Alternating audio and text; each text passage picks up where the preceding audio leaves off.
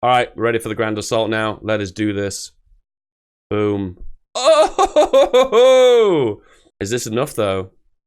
It looks like the push in the center is so strong. The front line has completely collapsed. Overrun once again. Leningrad has fallen. Moscow is surrounded.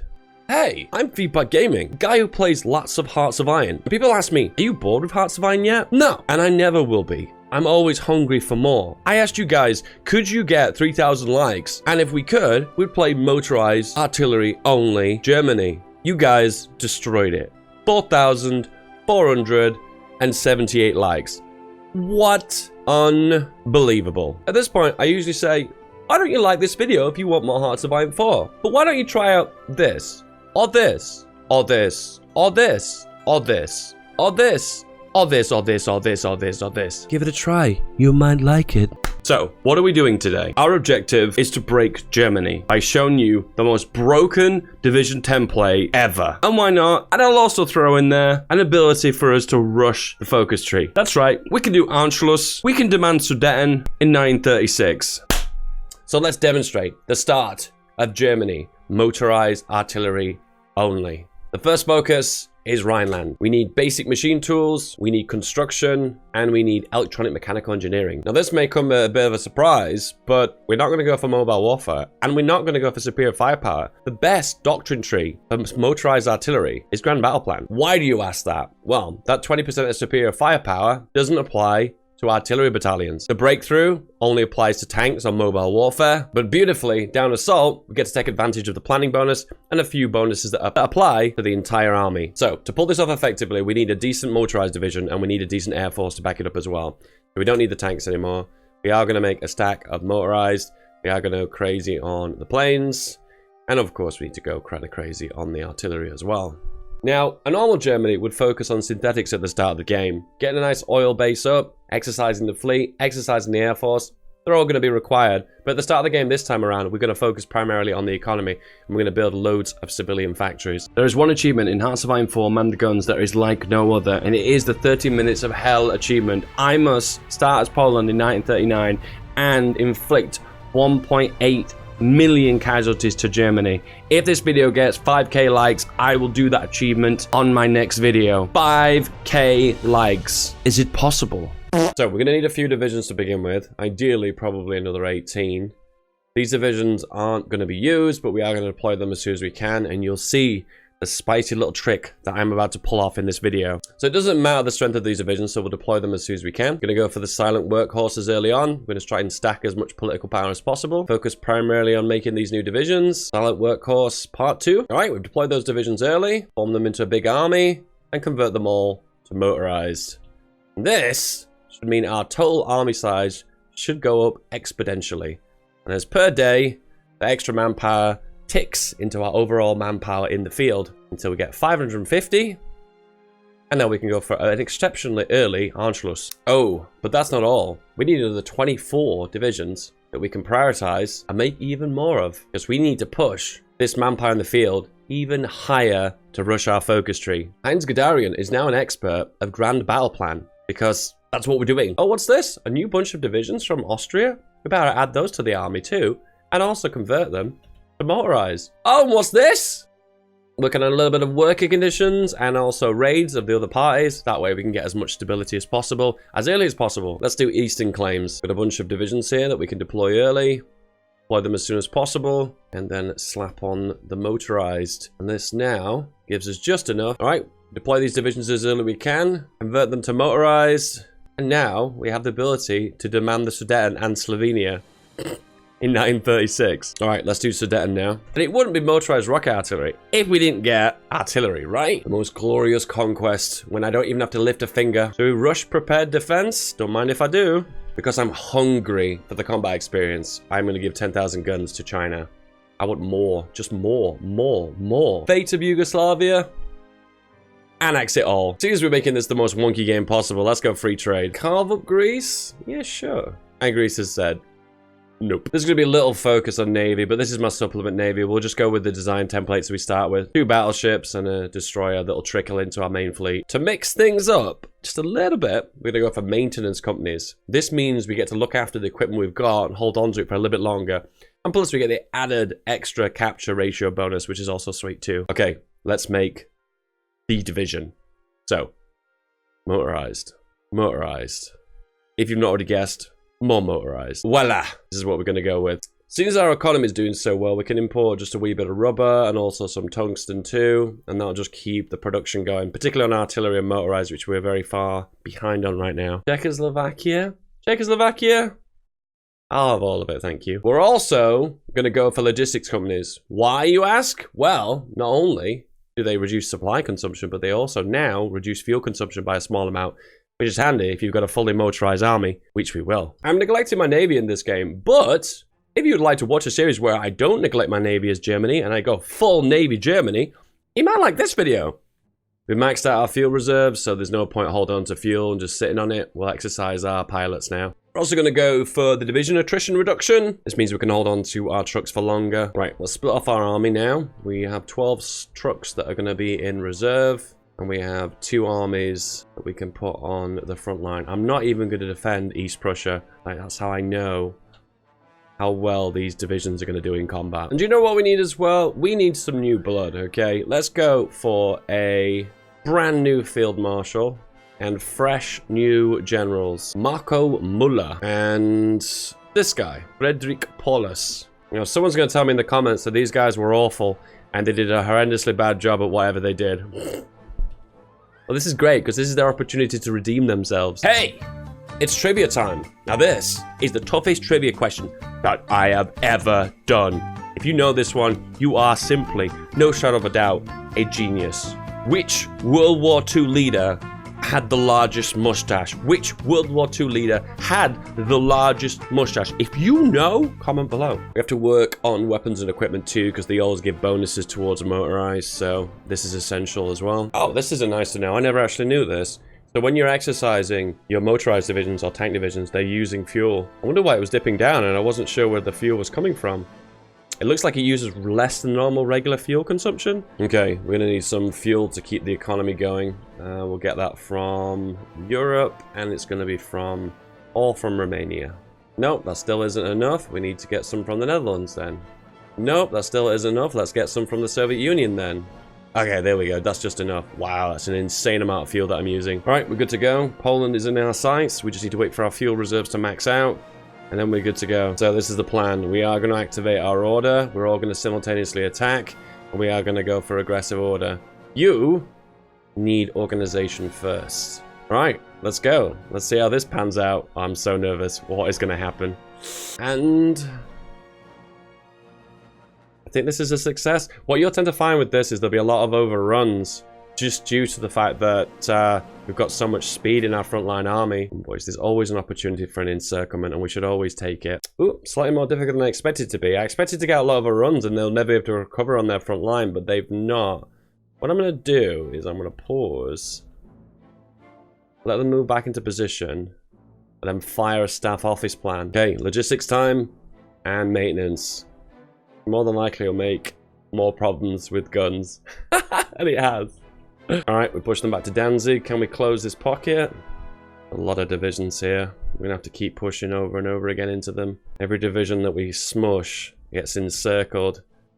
Now, every push here is definitely a win. So we've got cavalry leader, which is kind of strange because we've got motorized, but it gives us motorized attack, which I'm not complaining about. And we have the option to go for combined arms expert, which gets a 50% extra defense. And the ability to do blitz and encirclement tactics, so I think that's a win. Poland, rip! And there's like so many British and French divisions left over. Actually, the most low British. Oh, there's a few French. It always seems a complete loss when you spend forever trying to take out either Poland or France, but then the nation capitulates and you get all these free pockets to mop up. Free XP, boys. Alright, we have no aluminium, so Hungary is where we're getting our aluminium. Can't get any rubber anymore because it has to come from abroad, and our sea routes are all covered. How about Sweden and tungsten?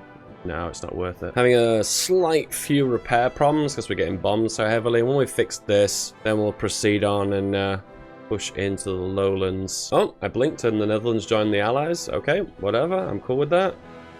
I have to completely mop you up, and they are decimated. And they're getting the overruns as well, which I wanted to see.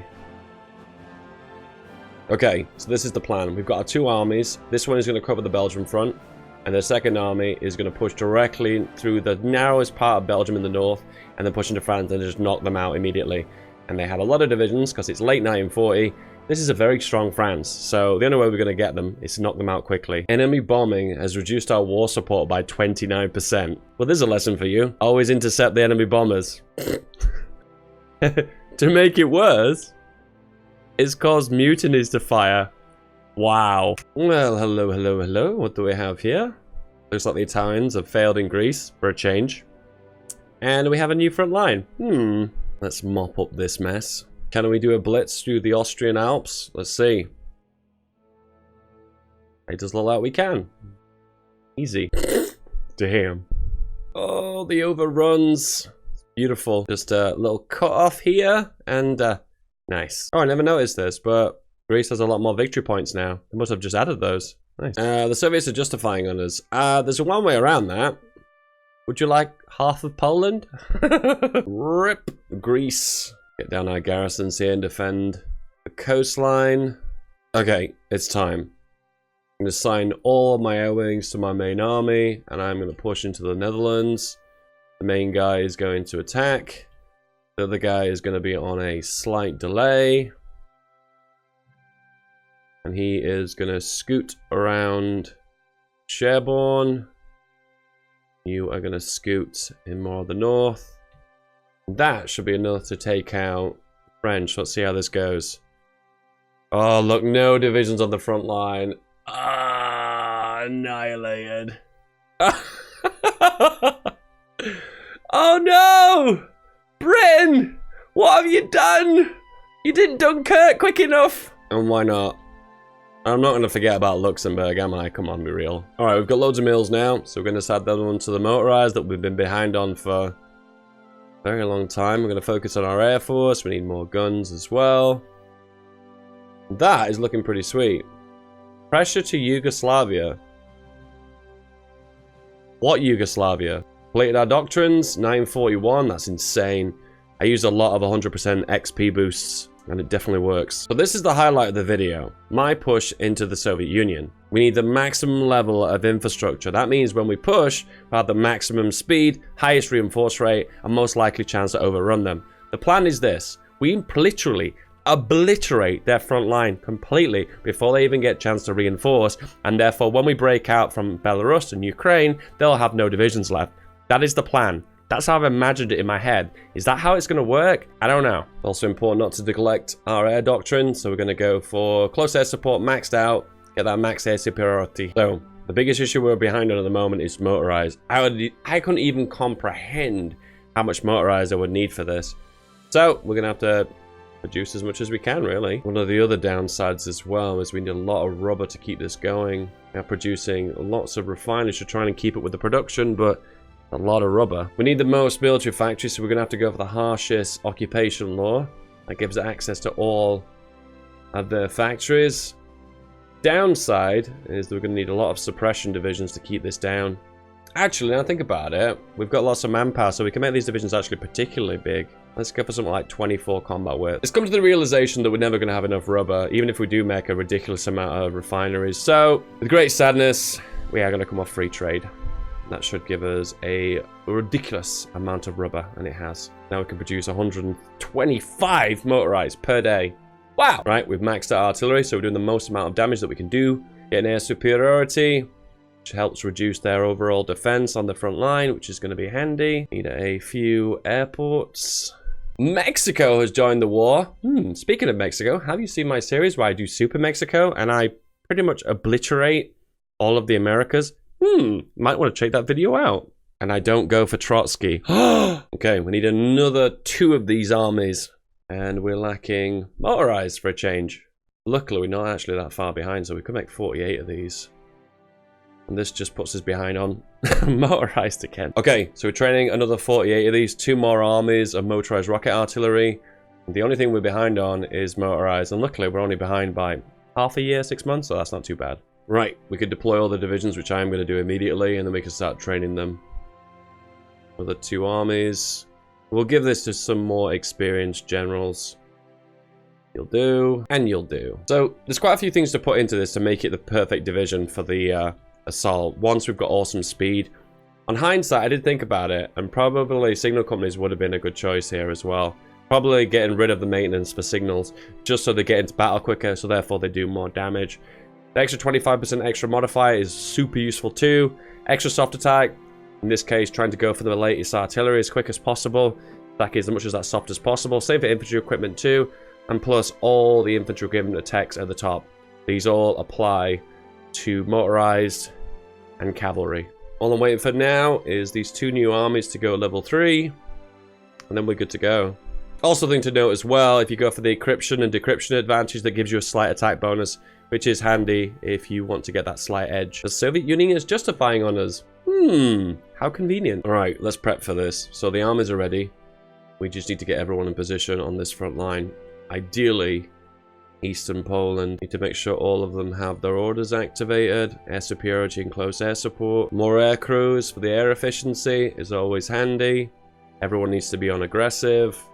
Activate the plan in hind ahead of time. Let's justify. Have 500 divisions. Okay, boys, this is it. This is what we've traded for. This is what we're built up to. After all so much time. This is it. Oh, okay. And things looking, at the moment, pretty swell. Completely annihilate. Oh my god, the amount of close air support damage. This is what I'm waiting for. I want to see those overruns. That's what I want to see. It's going to be additionally a little bit difficult because there's a lot of troops clumped up on the front line to begin with. Oh, nice little encirclement in the south. Oh, I just saw an overrun there. Ooh, they're all clumping up here. Is it possible that we can slide through the center here? So the way this works is the armor can defeat these divisions with ease. The infantry, on the other hand, gets absolutely obliterated. So when we fight the infantry, we knock them back, and when we see the tanks, we don't push them back, but we just walk around the tanks, because obviously there's not going to be as many tank divisions as there are infantry divisions. That's the reason why this works so effectively. I guess a player could micromanage this and prevent this from happening, but the AI really struggles. More than likely due to the fact they don't really make that many tank divisions. We're a month in right now, heading towards November. It's getting a little bit cold. When the snow comes, it's going to become a nightmare. And the time being, they've sustained 1.36 million. Oof. I wish there was a breakdown of encirclements, overruns, and actually direct casualties in battles. That'd be really sweet. Seeing as we're at our strongest when we've got max planning, what I'm going to do is just stop all the attacks, move everyone into position with Control B, and then build planning bonus, and then push again. And Japan has joined the war against the Soviets. Okay.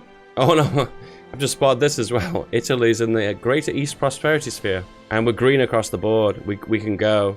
We've not got max planning on this guy's army, probably because he's not taking advantage of his logistics skill due to the fact that he's been injured. All right, let's go. Round 2. Ding ding. Let's go. A tricky spot to push here because we've got the marshes of Belarus here, but doesn't look like there's many problems here. Oh, low fuel, low fuel, low fuel, low fuel. Okay, let's talk about the good news and the bad news. It's not actually a big deal when you run out of fuel with ground troops. You don't suffer an attack modifier. You just have to deal with the fact that the divisions move at normal rate now. That we've got literally like that. Lack of fuel, minus 41% speed. It sucks, but at least it's not an attack modifier. Now the downside with that air though, that will suffer from a negative modifier, meaning that we will not be able to fight them in the air very effectively. I say all of this as we're breaching through into Ukraine. Wow. We could try and get some fuel from Venezuela. More than likely our convoys will get intercepted. Worth a try. Always look for a possibility of an encirclement, and the Soviets are pushed forward, so why not take advantage of it? Got them. So at the moment, with the oil production that we're making, we can only just keep our planes up. Right now, our entire motorized army is stationary. So we're going to have to build up a fuel reserve before we can launch our next offensive. Okay, what we're going to do is launch our 2 southern armies, and this has the best terrain to push into with our motorized divisions. Sure, we've got full air control, and we are overrunning them. It seems like whenever we condense all of our motorized divisions, we seem to have the most effective push. I made a lot of close air support, and do you know what? I think I would have been better off with fighters. At the end of the day, to make breakthroughs and overruns, you need the speed. And if they have air superiority, you're going to slow you down, and it's not going to make it as effective. So fighters seem to be more worthwhile than close air support. I'm going to go push in the south here. Let's push all the rest of the boys. Need to go service by requirement. And we desperately need that oil here as well. At the moment, we can't maintain this offensive for too long. With the lack of oil, it's making it very tricky. And we have new problems on the west too. Try and repel them back in the lowlands. And now we've got the sweet Baku oil. Biggest source of oil is Azerbaijan. Alright, we've secured the oil fields. Pumping a load of oil now. We don't need to import oil anymore. And all we're doing now is waiting for our planning bonus to max on all our divisions. And then we'll launch another offensive. One quick way of making your air wings and spamming them out is just to grab an existing air wing, make it 800 or whatever size you prefer it, and then in this case split them down. In that case, they'll just fill out as they make more and more divisions. Easy. Alright, we're going to separate our air wings now over the different armies. There we go. They're all divided up now over the different armies. Okay, this goes without saying. You should all know this by now. I probably said this 1,000 times, but don't promote a general from skill 1 to a field marshal, because it'll take him an exceptionally long time to go from level 1 to level 4 in this case. Where, for instance, the same guy, in this case, has gone from 1 to almost level 7 in the same amount of time. Because field marshals gain XP twice as slow. You can go for logistics wizard, which, as I've always said a billion times before, is the best trait for a field marshal. It is so good. Alright, ready for the grand assault now. Let us do this. Boom. Oh! Is this enough though? It looks like the push in the center is so strong. Oh, the overruns. Overrun! The front line has completely collapsed. Overrun once again. Leningrad has fallen. Moscow is surrounded. Let's group all of our guys and put them on our center army. We're all moving to Moscow now. And concentrate all the firepower in this one area. And that popular question that everyone asks me, Dave, what are the casualties? 6 million.